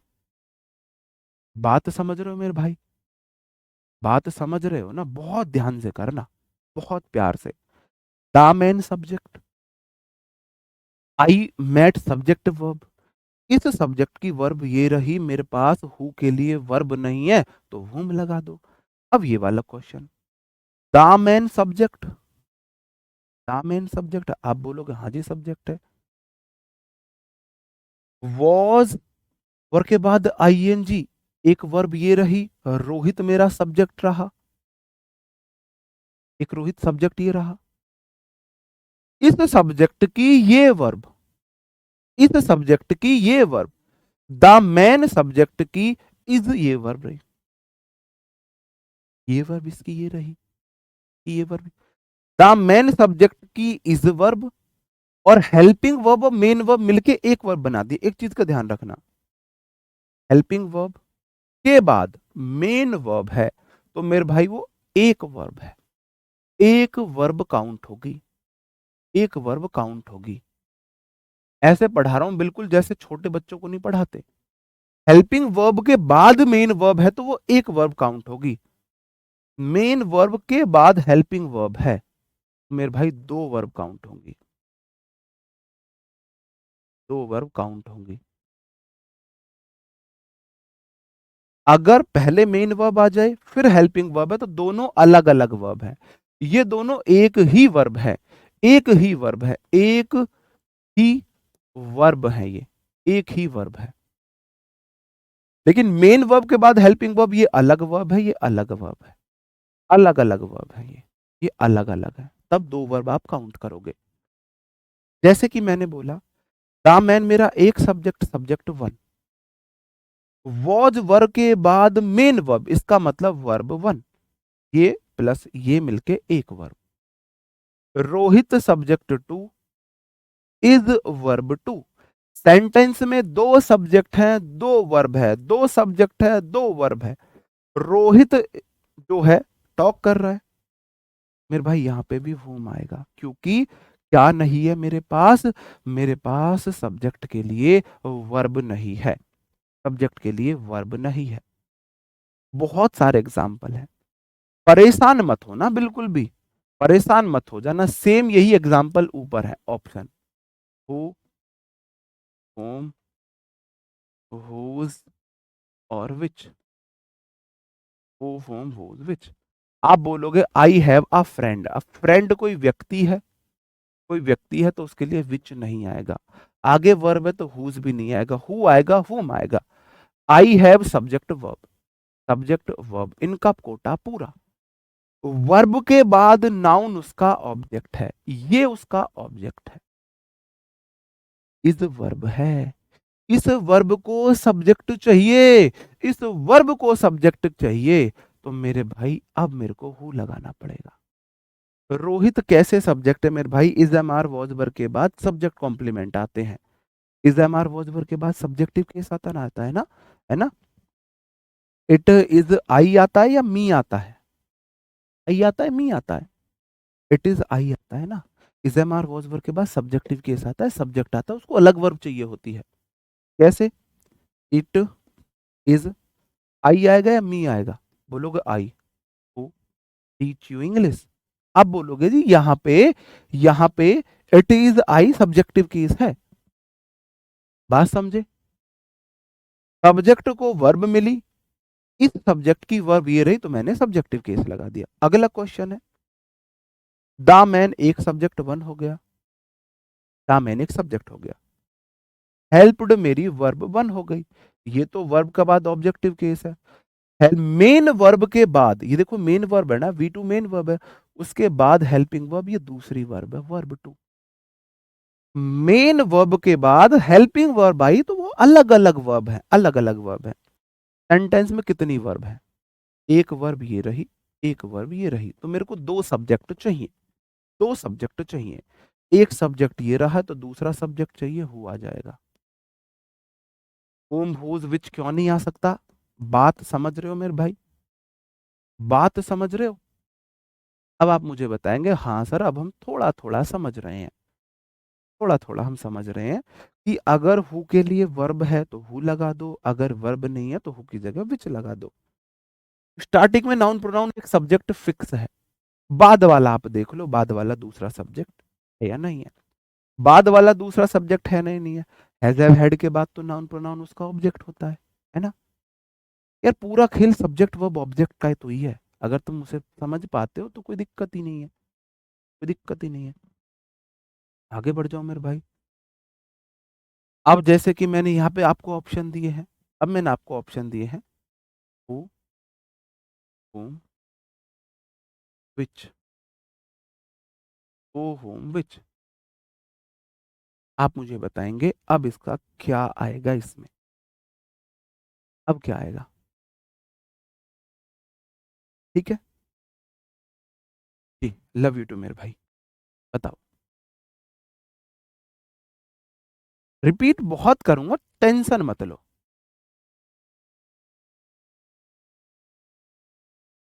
देखो, इंटेरोगेटिव सेंटेंस में सबसे पहले डब्ल्यू एच वर्ड आता है ना, फिर हेल्पिंग वर्ब आती है, फिर सब्जेक्ट आता है, फिर मेन वर्ब आती है। लेकिन हु वाले सेंटेंस में मैं डायरेक्ट मेन वर्ब पहले ला सकता हूं, बिना हेल्पिंग वर्ब के, बिना हेल्पिंग वर्ब के। हु टीच यू इंग्लिश, तो who does teach you English, दोनों का सेम मीनिंग है। अगर मैं लिखूं who, who do teach, who teach you English, who does teach you English, इस तरीके से तो मैं वो कर सकते हैं। आप बोलोगे जी they plural subject, brought V two है, दे ब्राउट वे लाए आ पैट, पैट कोई पर्सन नहीं है। अगर पर्सन नहीं है तो पर्सन वाले केस नहीं आ सकते, ना हु आ सकता है ना हुम आ सकता है, क्योंकि हु या हुम पर्सन के लिए आता है। एकमात्र ऑप्शन विच बचा, विच बचा। विच के सब्जेक्टिव केस में विच होता है, ऑब्जेक्टिव केस में विच ही होता है, सब्जेक्टिव केस में विच ही होता है, ऑब्जेक्टिव केस भी विच ही होता है। अगला question, I subject met verb, subject verb एक का क्लेश पूरा है भाई, ये वर्ब है ना, मेन वर्ब है वी टू, वर्ब के बाद नाउन प्रोनाउन तो उसके ऑब्जेक्ट है, ठीक है जी। वॉज रिटर्निंग मेरी भाई दूसरी वर्ब है वी टू, एक वर्ब ये रही वी वन, पहली वाली वर्ब ये रही, ये वाली दूसरी वाली वर्ब ये रही, तो इस वर्ब को तो सब्जेक्ट चाहिए। अब आप मुझे बताओ, हु लगाऊं, whom लगाऊं, विच लगाऊं या हुज लगाऊं? बताओ जी क्या लगा दूं मेरे शेरों, बताओ जी क्या लगा दूं, बताओ क्या लगा दूं? बताओ क्या लगाओ इस वाले में। आप बोलोगे जी जो सोल्जर है ना मेरे भाई वो कोई पर्सन है, और पर्सन को रिलेट करने के लिए विच तो नहीं आ सकता। हुज के बाद बुक आनी चाहिए, आगे वर्ब है तो हुज भी नहीं आ सकता। हु लगाऊं हु लगाऊं, इस सब्जेक्ट की ये वर्ब रही, इस वर्ब का सब्जेक्ट कित्थे है, कित्थे है इसका सब्जेक्ट, इसका सब्जेक्ट लगा दो, हु एक सब्जेक्ट बन जाता है, हु सब्जेक्ट बन जाता है। हु ने अब इस सोल्जर को सब्जेक्ट बना दिया है। वॉज क्यों आया है, देखो ये है तो सब्जेक्ट, ये सब्जेक्ट को जोड़ने का काम करेगा। अब तक ये ऑब्जेक्ट था, हु ने इसको सब्जेक्ट की तरह ट्रीट करा दिया है। तो मेरे भाई वॉज इसलिए आया है क्योंकि रिलेटिंग प्रोनाउन के बाद वर्ब उससे पहले वाली नाउन पर डिपेंड करती है। तो आ सोल्जर सिंगुलर है इसलिए वॉज आया था। अब आप समझो क्या क्या चीजें ध्यान रखनी है। रिलेटिव प्रोनाउन जिसको जोड़ रहा है वो पर्सन है तो हु या उसके केस, पर्सन नहीं है तो विच। इसके बाद वर्ब इससे पहले वाली नाउन पर डिपेंड करेगी। अगर इसके लिए वर्ब है तो हु लगाओ, नहीं तो विच लगाओ। तीन बातें कर लोगे मैनेज, बताओ जी तीन बातें मैनेज कर लोगे मेरे भाई, कर लोगे ना? अब तो उम्मीद करता हूं कर लोगे। अगला क्वेश्चन है, मैं बड़े बड़े थोड़े से एग्जांपल दूंगा। The best performer of this week is Vikas. The best performer मेरा सब्जेक्ट है, ऑफ प्रेपोजिशन है, दिस वीक उसका ऑब्जेक्ट है, इज वर्ब है। इस सब्जेक्ट की ये वर्ब, इस सब्जेक्ट की ये वर्ब, और ना और यहां पे टाइप्स वर्ब है ना। माई क्लास उसका ऑब्जेक्ट है, विदाउट प्रेपोजिशन एनी मिस्टेक उसका ऑब्जेक्ट। इस वीक का बेस्ट परफॉर्मेंस का जो अवार्ड है ना आरडब्ल्यू में, विकास को मिला है क्योंकि वो मेरी इंग्लिश की क्लास में कोई टाइपिंग एरर नहीं करता है, वो कोई टाइपिंग एरर नहीं करता है। बताओ ऐसा हो सकता है? ठीक है मेरे भाई। अब यहां पे मैं क्या लगाऊं, आप मुझे बताओगे हु लगाऊं whom लगाऊं? आप बोलोगे जी इस सब्जेक्ट की ये वर्ब, इस वर्ब को टाइप मतलब टाइप से मतलब टाइप करना, इस वर्ब को सब्जेक्ट चाहिए तो हु लगा दो, हु लगा दो, सिंपल सी बात है।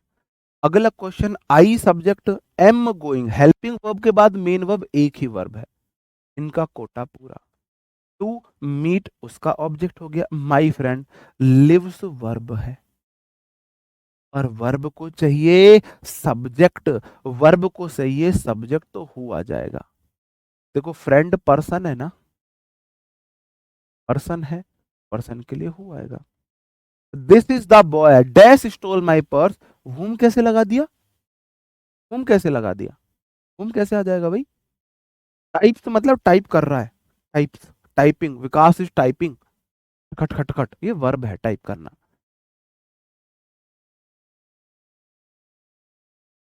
बताओ जी, है ना। अगला है this subject is verb, this is the boy dash stole V two है ना, वर्ब है। वर्ब को क्या चाहिए, वर्ब को क्या चाहिए, वर्ब को क्या चाहिए, वर्ब को सब्जेक्ट चाहिए तो हु लगा दो।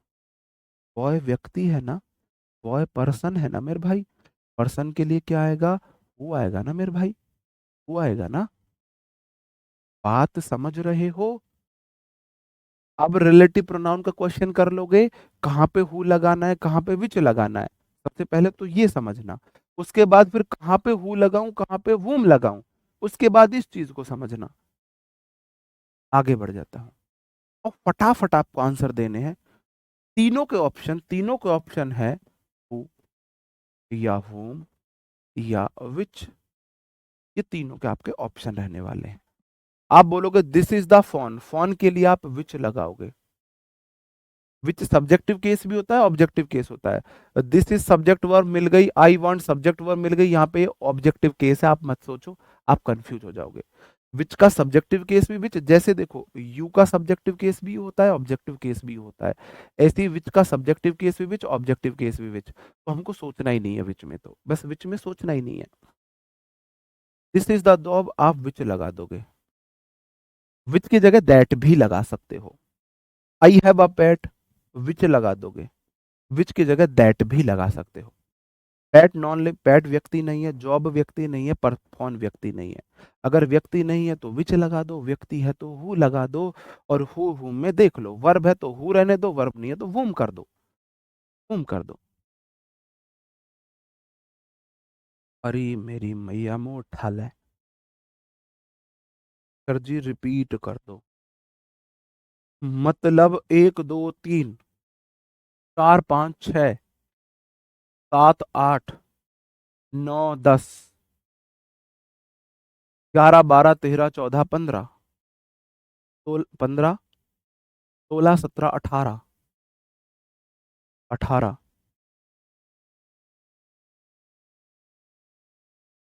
18 मैंने रिलेटिव प्रोनाउन का क्वेश्चन आपको क्लास में करवाए हैं। कोई और टीचर ने करवाए हो ना, मुझे बता देना। पूरे यूट्यूब पे कहीं भी सर्च कर लेना जिसने 18 क्वेश्चन आपको रिलेटिव प्रोनाउन करवाए हो और अभी करवा ही रहा हो, और उसके बाद भी स्टूडेंट बोले सर जी रिपीट, सर जी रिपीट। अब बताओ ऐसे स्टूडेंट्स को मैं कैसे सिखाऊं, कैसे सिखाऊं? फिर एक ही ऑप्शन मेरे पास बचता है जिसके लिए भी मैं तैयार हूं। खर्चा तुम्हारा, डॉक्टर पकड़ लो, खोपड़ी खुलवाओ मेरी, दिमाग निकलवाओ, अपनी खोपड़ी खुलवाओ, करवा लो उसे। अब इसे मेरे पास ये लास्ट ऑप्शन बचा है। भाई खर्चा तुम्हारा, मेरे पास इतने पैसे नहीं है, मैं दिमाग देने के लिए तैयार हूं, आप माइंड ट्रांसप्लांट करवा लो फिर मेरा। कोई बात नहीं, हम तुम्हारे लिए ये सितम भी सह लेंगे सनम, है ना? डॉक्टर बुलाओ, चीर फाड़ करवाओ, दिमाग निकलवाओ, अपने में फिट करवा लो, कलेश खत्म, पैसा हजम सारे। अगला question, you are the person, I subject, like verb, इसको ये वर्ब मिल गई, इसको ये वर्ब मिल गई, तो मेरे भाई अब वर्ब कहाँ है? जब वर्ब ही नहीं है, वर्ब ही नहीं है तो मेरे भाई हु नहीं आ सकता, हुज आ नहीं सकता, तो हुम आ जाएगा। This is the person whom I like the most, यह वह व्यक्ति जिसे मैं सबसे ज्यादा प्यार करता हूँ। ठीक है जी, पसंद करता हूँ। Cricket is the game, game कोई पर्सन नहीं है, तो आप आंख बंद करके विच लगा दोगे। विच लगाओ, दैट लगाओ, दैट सबके साथ आ सकता है। जहां मैं हु लगा रहा हूं वहां दैट आ सकता है, हु लगा सकता हूं दैट आ सकता है, दैट सबके साथ आ जाता है। विच और दैट हमें कुछ देखना ही नहीं है। अगर ऑप्शन में दैट है तो आंख बंद कर लोगे, दैट लगा दोगे। ठीक, ठीक है जी।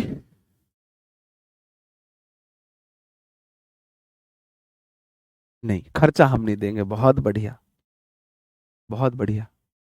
ऐसे भी हमसे लो, और क्या ही बोलूं, और खोपड़ी भी हमारी फटे, बहुत बढ़िया। The police told, subject verb, the police subject, told verb, us object, about preposition, the person. Car मेरा सब्जेक्ट है, कार, कार क्या है?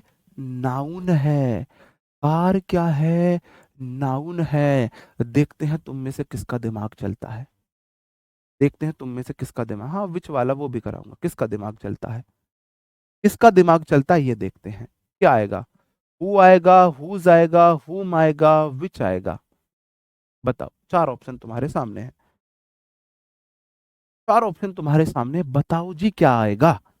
ये वाला बता दो, फिर मैं आपको इसमें से अभी दो चार क्वेश्चन एचडब्ल्यू के और दूंगा, फिर मैं आपको विच वाला केस बताऊंगा जहां पे मैं विच को पर्सन के लिए यूज कर सकता हूं, फिर मैं आपको दैट वाला केस बताऊंगा। मेरे को आपको एक और एडवांस चीज पढ़ानी थी, लेकिन मुझे नहीं लग रहा कि आप लोग उसे सीखने के लिए अभी प्रिपेयर्ड हो, रेडी हो, तो आपका मॉरल डाउन जाएगा। तो मैं सोच रहा हूँ फिर वो वाला कंसेप्ट मैं स्किप कर दूं। और देख लो, इतना ईमानदार टीचर हूँ, बता के कर रहा हूँ स्किप भी। एक कंसेप्ट में मेरा मन था और डीप में जाने का, लेकिन आप लोगों को मेरे को नहीं लग रहा, तो इसलिए मेरा मन कर रहा है मैं स्किप कर दूं। बहुत गजब मेरे भाई, पर्सन एक, पर्सन तो पर्सन ही है, पर्सन के लिए विच तो नहीं आ सकता, या तो हु आएगा या हुज आएगा या हुम आएगा। My car, whose car, my car, जहां आप माई कार लिख सकते हो वहां हुज कार लिख दो, है ना? मैन व्यक्ति है तो विच के केस तो नहीं आएगा। Condition noun, my condition, my condition, ऐसे ही हुज कंडीशन। अगर आगे नाउन है, आगे नाउन है तो आप हुज लगा दोगे, आगे नाउन है तो आप हुज लगा दोगे, हुज लगा दोगे। ठीक है जी। हुज लगा दोगे, हुज प्लस नाउन आता है, तुरंत बाद नाउन है तो हुज लगा दो, खेल खत्म, पैसा हजम। अब ये आपके HW है, इनके आंसर मैं आपको कमेंट, ये तो मैंने करा दिए ना, ये तो मैंने करा, चलो कोई बात नहीं।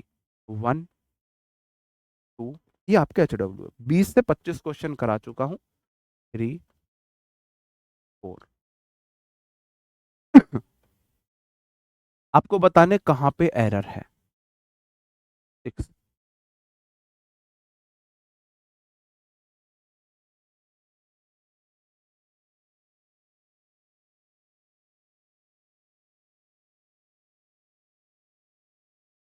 ये क्वेश्चन गलत है, ये पता नहीं क्या है, मैंने कुछ और लिख के दिया होगा, मुझे याद नहीं आ रहा, इसकी लैंग्वेज ही गलत है, इसे काट देना, 5 कर लेना मेरे भाई, ठीक है जी, 5 कर लेना, एक ये कर लेना, 6,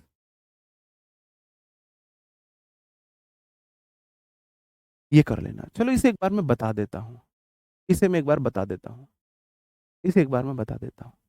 भाई इतना प्यार मत दिखा मेरे भाई, ओ संजय बीरा, इतना प्यार मत दिखा, है ना। देयर के बाद वर्ब उसके अकॉर्डिंग आएगी जो उसके बाद में नाउन प्रोनाउन है। देयर के बाद इज आया है तो आगे सिंगुलर होनी चाहिए, वन आया है, बिल्कुल ठीक है। ऑफ आया है, वन ऑफ के बाद हमेशा नाउन प्लूरल आती है, देखना, है ना। भाई हमको ना अंग्रेज नहीं बनना, हमको एक एक चीज को रिलेट करते हुए चलना है, नन्ना मुन्ना राय की तरह। देयर बोलता है मेरे बाद वर्ब ना उसके बाद वाली नाउन प्रोनाउन पर डिपेंड करेगी, वन सिंगुलर है तो इज ठीक है। वन के बाद ऑफ आ गया, वन ऑफ बोलता है मेरे बाद नाउन प्लूरल रखो, तो दोज बुक्स प्लूरल आ गया। विच बोलता है मेरी शर्त है मेरे से पहले कोई पर्सन ना हो, विच बुक कोई पर्सन नहीं है, वो भी ठीक है। दूसरा बोलता है मेरे बाद अगर वर्ब आएगी ना तो जो पहले वाली नाउन को देख लेना भाई, पहले वाली नाउन बुक्स है तो वॉज नहीं आएगा, वर आएगा। बात समझन में आई मेरे भाई, बात समझन में आई जी। कहो हाँ, कहो हाँ, इनमें दिक्कत, बताओ जी।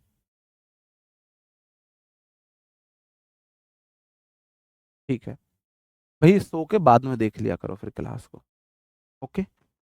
अब और ले लो मेरे भाई टेस्ट योर सेल्फ, और भी ले लो, 3 क्वेश्चन ये भी ले लो, इतने सारे टेस्ट योर सेल्फ आपको दे रहा हूँ। टाइपिंग जो आपकी नोट्स लिखने वाली गुड़िया मेरे को फोन कर लेगी और मैं उसे इन सब के आंसर बता दूंगा, तो आपको इनके आंसर नोट्स में मिल जाएंगे। इससे ज्यादा मैं और प्रैक्टिस नहीं करा सकता क्योंकि मेरे को सिलेबस भी करना है। अब मैं बता रहा हूं आपको विच कहाँ पे पर्सन्स के लिए आता है, तो मैंने वहां पे स्टार लगाया था ना, विच का यूज मैं पर्सन्स के लिए एक कंडीशन में कर सकता हूं, अगर मेरे को चॉइस करनी हो, चॉइस के रूप में मैं पर्सन के साथ भी विच का यूज कर सकता हूं, अगर मेरे को चॉइस करनी हो, अगर मुझे चॉइस करनी हो, अगर मुझे चॉइस करनी है। देखो ये कितना अच्छा क्वेश्चन था, इससे इससे कितने सारे रूल रिवाइज हुए थे, इससे कितने सारे रूल रिवाइज हुए थे। देयर के बाद वर्ब, उसके बाद की नाउन पर, वन ऑफ के बाद बुक प्लूरल, बुक के लिए विच रिलेटिव प्रोनाउन के बाद वर्ब, उससे पहले वाले नाउन प्रोनाउन पर, कितने सारे रूल रिवाइज हुए। तो आप ऐसे रिवाइज किया करो, रूल मत रटा करो, क्वेश्चंस को प्रैक्टिस इस तरीके से किया करो, उससे आप रूल को रिवाइज किया करो। ये है right way to revise your English, ये राइट वे है। आप लोग रूल को रटने में लगे रहते हो भाई। जब भी मैं चॉइस की बात करूंगा, मैं हुज की मतलब विच का यूज करूंगा, किसमें मेरे भाई, पर्सन के साथ। जैसे कि विच आएगा या who of the 5 student are hard working, कौन 5 स्टूडेंट हार्ड वर्किंग है। जैसे मैं आपसे पूछूं कौन 5 स्टूडेंट हार्ड वर्किंग है, जल्दी से हाथ उठाना मेरे भाई। वो मैंने गलती आपको दी होगी, आप आराम से गलती ढूंढना, वो गलतियां मैं आपके लिए ही लाता हूं, वो आपको ढूंढनी होती है। बताओ, आप बोलोगे जी 5 स्टूडेंट्स की बात हुई है आर हार्ड वर्किंग, कौन 5 स्टूडेंट हार्ड वर्किंग है। तो देखो स्टूडेंट्स की तो बात हो रही है, लेकिन तब भी मैं विच का यूज करूंगा, हु का यूज नहीं करूंगा। विच ऑफ द 5 स्टूडेंट्स, मैं पूछ रहा हूं, सिलेक्शन की बात हो रही है, चॉइस की बात हो रही है। अगर चॉइस की बात है तो मैं रिलेटिव प्रोनाउन विच का यूज कर सकता हूं पर्सन के लिए। हु या विच of the two shirt did you like? कौन सी दो शर्ट तुम पसंद करते थे? कौन सी दो शर्ट तुम्हें पसंद थी, बताओ। यहां तो चॉइस की बात होगी, यहां तो चॉइस की बात होगी। आप बोलोगे हु विच, मुझे नहीं पता, तो यहाँ पे विच आएगा। अगर मेरे को चॉइस थिंग में करनी है, चॉइस पर्सन में, पर्सन या थिंग्स के साथ चॉइस के लिए, चॉइस के लिए अगर मुझे चॉइस करनी है, चाहे पर्सन हो चाहे थिंग हो, मैं विच का यूज कर सकता हूं। तो मेरे भाई टू के बाद शर्ट्स आएगा, डिड यू लाइक, तो यहां पे विच आएगा, हु नहीं आएगा। Who which of the two teachers is the best? आप बोलोगे हु या विच में से विच लगाओगे, हु नहीं लगाओगे। विच of the two teachers is नहीं आएगा, आर आएगा। कौन दो टीचर्स बेस्ट हैं? बेस्ट टू टीचर्स कौन से हैं? बेस्ट टू टीचर्स कौन से हैं? बताओ मेरे भाई, बात समझ में आई? आया मजा सा? मजा सा आया नहीं आया, बताओ जी। ओके, अब ये तो हो गया सिंपल वाला। क्वेश्चन ऐसे भी फंस सकता है। अब आप मुझे ये बताएंगे, सेंटेंस अपने आप से बनाते हो या प्रीवियस ईयर? कुछ अपने आप से बनाता हूं, जो स्लाइस करके एरर आते हैं वो प्रीवियस ईयर होते हैं, और वर्कशीट में 90% प्रीवियस ईयर होते हैं। वर्कशीट में 90% प्रीवियस ईयर होते हैं।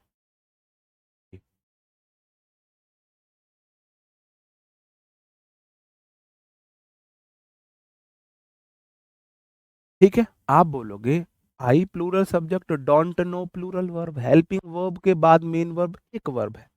विच या who of the student have stolen my pen? मुझे नहीं पता किस स्टूडेंट ने मेरा पेन चुराया है। पूछ नहीं रहा, यहाँ पे बता रहा है। आप बोलोगे चॉइस है, पेन किसने चुराया नहीं पता, चॉइस चाहिए किसने चुराया है। आप बोलोगे जी विच आएगा, हु नहीं आएगा। Which of the student have stolen my pen? बताओ जी, आ गया समझ में अच्छे से? अगर हम चॉइस की बात करेंगे तो मेरे भाई क्या आएगा? आप बोलोगे जी मैं विच का यूज चॉइस के लिए कर सकता हूं, चाहे पर्सन हो चाहे थिंग हो। अगर रिलेट करना है तो विच नहीं आ सकता पर्सन के लिए। अगर चॉइस है तो आप विच लगा सकते हो। अब हम आ जाते हैं अपने आलू पर। आलू क्या होता है, मैंने अभी आपको बताया। आलू गाजर, आलू मटर, आलू टमाटर, आलू भिंडी, आलू बैंगन, आलू पालक, आलू अदरक, आलू गोभी, आलू प्याज, आलू पकौड़ी, आलू चटनी। आलू की चटनी कितनी अच्छी लगती है, आलू का रायता, आलू की टिक्की, आलू की आलू की कचौड़ी, कितनी सारी चीजें आलू सब में मिल जाता है, सब में। आलू की स्वीट्स भी बनती है, आलू के नमकीन आइटम भी बनते हैं, आलू जूस में भी गिर जाता है, आलू सब में चला जाता है। स्टोल कर रखा था ना मैंने, हाँ। हैजर हेड के बाद V3, शाबाश। अगर ऐसी कोई गलती रह जाया करे ना तो आप समझ जाया करो, मैं आपके लिए ही लेके आया था, मैं बताना भूल गया हूँ। है ना, ये मत सोचना यहाँ हैव के बाद V2 कैसे आ गया। स्टील, स्टोल, स्टोलन होगा।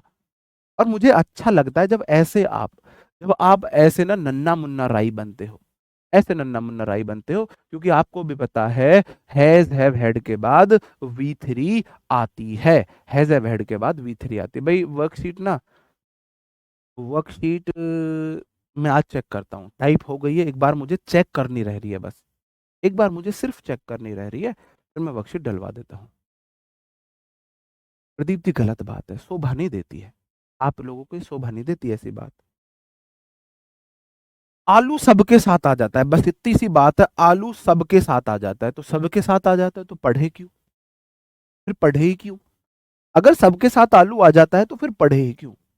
लेकिन बट किंतु परंतु, लेकिन बट किंतु परंतु, अगर थिंग्स हो, एवरीथिंग हो, समथिंग हो, नथिंग हो, ऑल थिंग्स हो, और ऑल का मीनिंग भी थिंग हो। और आपको मैं लिखवा देता हूं, ये शॉर्ट डायरी में लिख लेना, थिंग, थिंग समझते हो, everything, anything, something, nothing. Only, अगर सेंटेंस में ओनली है, द सेम है, या सेंटेंस में वन है, फ्यू सेंटेंस में अगर है, मच सेंटेंस में अगर है, लिटिल अगर सेंटेंस में है, शॉर्ट डायरी में लिख लेना, या फिर कोई सेंटेंस में सुपरलेटिव डिग्री है, या सेंटेंस में नन है, तो आप सिर्फ और सिर्फ सुपरलेटिव तक ही रहने दो, सिर्फ और सिर्फ दैट लगाओगे। सिर्फ और सिर्फ दैट आएगा अगर जो नाउन को आप रिलेट कर रहे हो उनके साथ ये वर्ड है, उनके साथ अगर ये वर्ड है, आप मेरे भाई वो नहीं लगा सकते, आप मेरे भाई विच नहीं लगा सकते। सबके साथ आ जाता है, जैसे कि आलू सबके साथ बन जाता है, लेकिन गोभी के साथ सिर्फ आलू बनेगा। आलू सबके साथ बन जाता है, लेकिन टमाटर के साथ आलू बनेगा, है ना। आलू सबके साथ बन जाता है, लेकिन गाजर के साथ आलू ही बनेगा, आलू ही बनेगा ना। सही बात है ना। तो ऐसे ही मेरे भाई ये इसकी फेवरेट सब्जियां हैं, इनके जोड़े में ये चलता है, इनके जोड़े में ये चलता है। ठीक है जी, हाँ ठीक है भाई प्रदीप जी, ठीक है। थिंग्स ओनली, मेरे साथ बोलो, ये एसडी में लिखना, शॉर्ट डायरी में लिखना, ये आपको इंग्लिश मेरी शॉर्ट डायरी सिखाएगी। Things only the same, none, few, much, little, superlative, none. ये वन नहीं है, यहाँ पे नन है। Things only the same, none.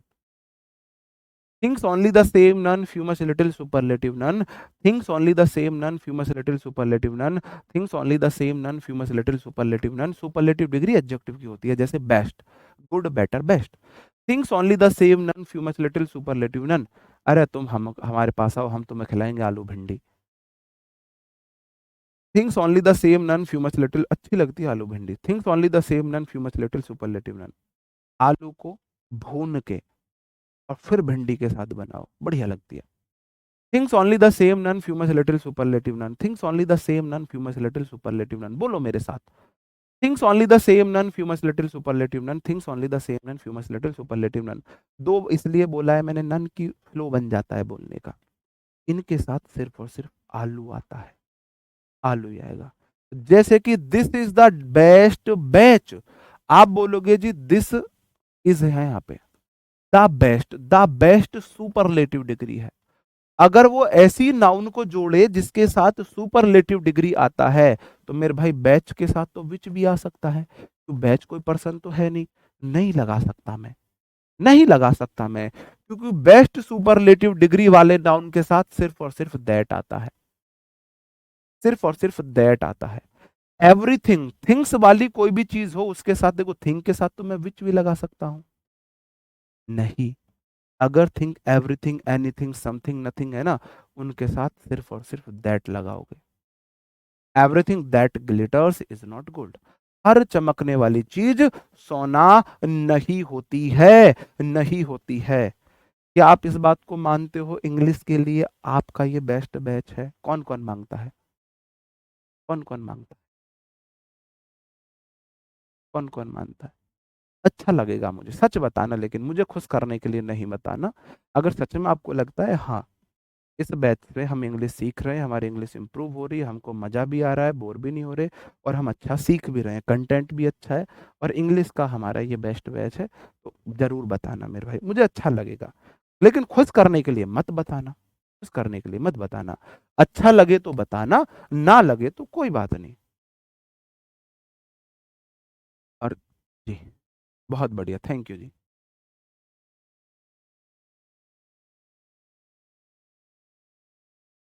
जी धन्यवाद। हाँ, ग्रामर का आपका ये लास्ट बैच होगा। अगर आगे कोई मेरा भी बैच आए ना, ग्रामर के लिए मत खरीदना।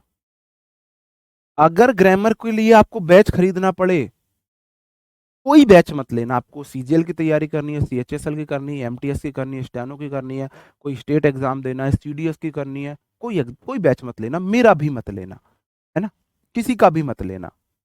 प्रैक्टिस बैच ले सकते हो। इस बैच से ग्रामर पढ़ने के बाद आप सिर्फ और सिर्फ आपको जरूरत पड़ सकती है प्रैक्टिस बैच की।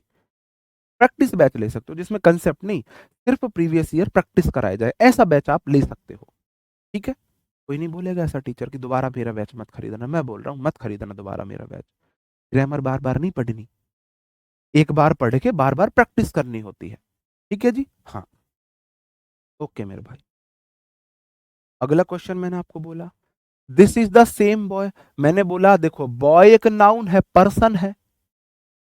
पर्सन के लिए तो हु लगाते हैं, दैट भी लगा सकते हैं, यहां पे हु गलत है, क्योंकि मैंने आपको अभी बताया things only the same.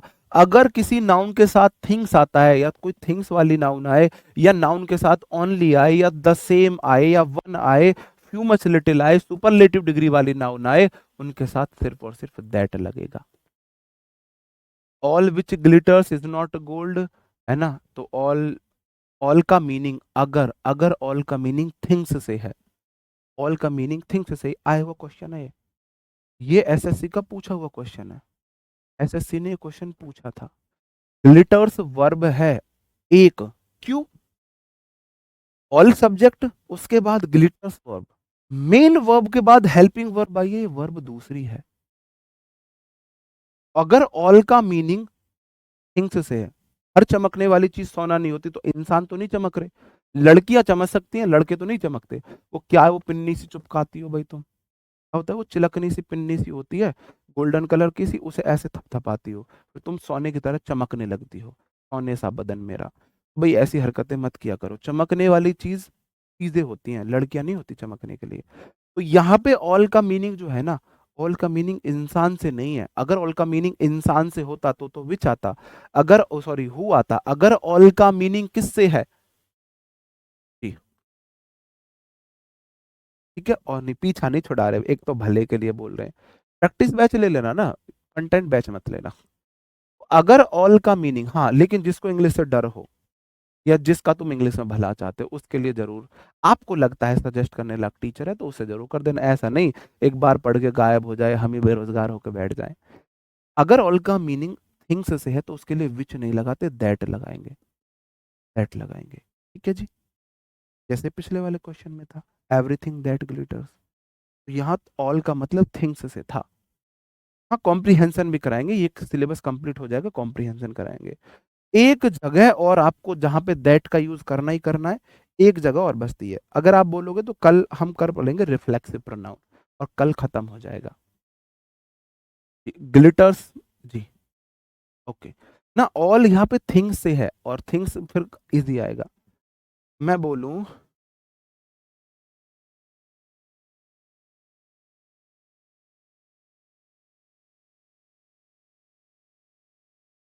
Uh man,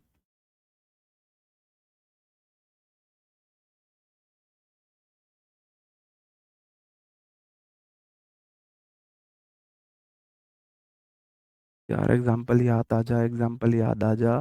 जैसे चलो आप ऐसे ही समझ लो, अगर कोई मैन है एंड डॉग है, अब आप मुझे बताओ क्या लगाऊं, अब मैं हु लगाऊं, या विच लगाऊं, या दैट लगाऊं। देखो मेरे भाई, मैन के लिए तो हु आता है, डॉग्स के लिए विच आता है,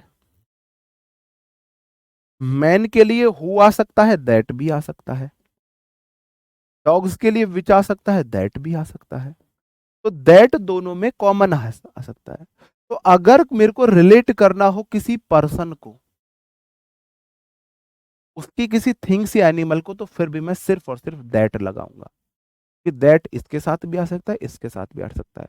एग्जाम्पल मेरे को कोई याद नहीं आ रहा, ये एग्जाम्पल मैं कल करा दूंगा, इसका एग्जाम्पल, ठीक है जी, इसका मैं एग्जाम्पल आपको कल करा दूंगा, एक एग्जाम्पल। भाई आदमी के लिए हु आता है, एनिमल के लिए विच आता है, लेकिन दैट तो सबके साथ आ जाता है। अगर एनिमल के साथ साथ पर्सन भी हो तो भी आप मजबूर हो क्या लगाने के लिए, क्या लगाने के लिए, दैट लगाने के लिए, जी। उम्मीद करता हूं रिलेटिव प्रोनाउन को आपने बहुत शानदार तरीके से समझा होगा, सीखा होगा, और इसके क्वेश्चन अब आप गलत नहीं करोगे। कहाँ पे हु आएगा, कहाँ पे हुम आएगा, आप समझ गए होगे, कहाँ पे हु के केस आएंगे, कहाँ पे विच के केस आएंगे, आप समझ गए होंगे, कहाँ पे हुज आएगा, आप समझ गए होंगे, कहाँ पे दैट आएगा, आप समझ गए होंगे। वैसे तो दैट हर जगह आ सकता है, लेकिन इनके साथ सिर्फ और सिर्फ दैट ही आएगा। Things only the same none few much little superlative none, ये वाला, ठीक है जी। मैन और डॉग के साथ क्या आएगा, दैट आएगा, इसका एग्जांपल मैं कल ले लूंगा। ओके, ओके दोस्तों, मिलते हैं आपसे शाम को वोकेबलरी सेशन में, जिसमें हम कर रहे होंगे एंटोनियम्स एंड साइनोनियम्स। ओके दोस्तों, बहुत अब बाद में आके आप सीरियस हो तो मुझे भी बहुत अच्छा लगा पढ़ा के, उम्मीद करता हूँ आपको भी अच्छा लगा होगा। Bye bye, thank you, care, जय हिंद।